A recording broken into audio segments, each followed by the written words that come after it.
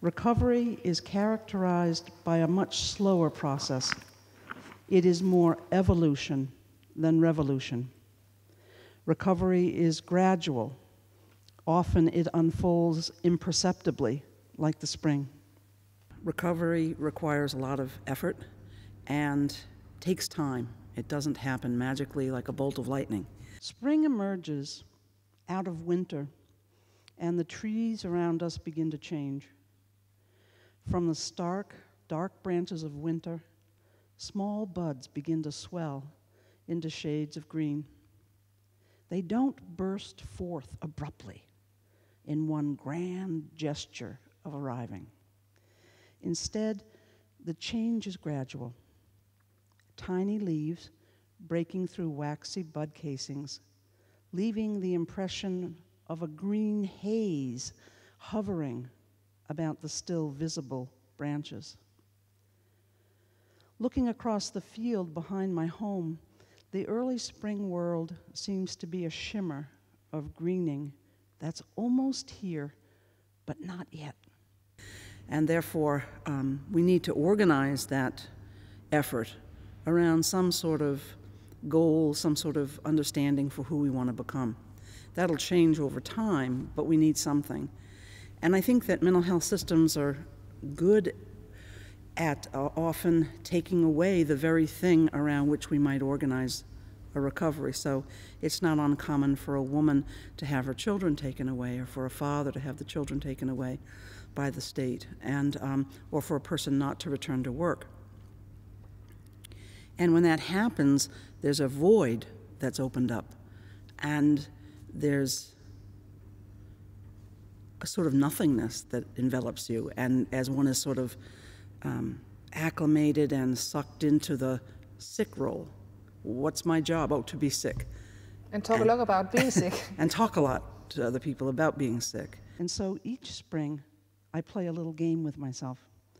Each day, I watch carefully, and I try to catch the exact moment when the world bursts into full leaf green. And that really is not a fulfilling role, just being sick.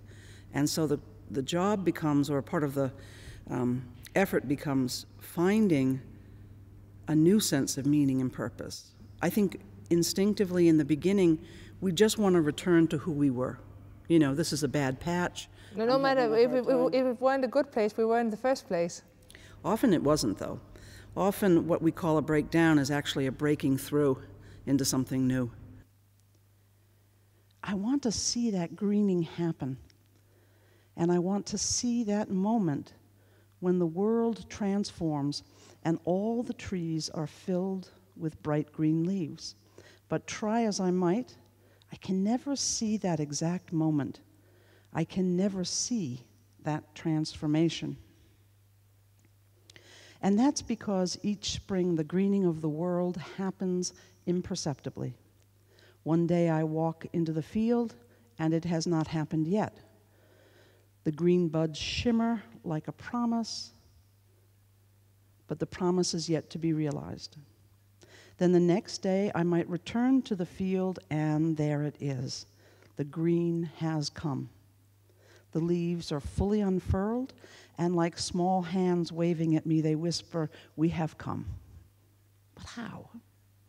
Perhaps bearing witness to the coming of spring means to learn patience, and it means to learn to wait upon the fullness of time. The greening happens, but we can't make it happen. It is a phenomenon that exists in a realm beyond our will.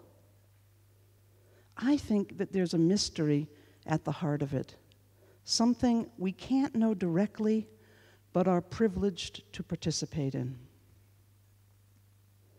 And I believe that recovery is like a greening.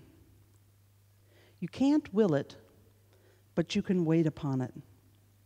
You could take time-lapse photography of it, but all the images would never add up to recovery transformation.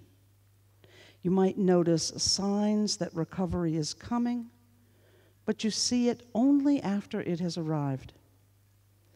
Indeed, there is a mystery at the heart of recovery. And it's a very old mystery that is also always breathtakingly brand new, just like the spring.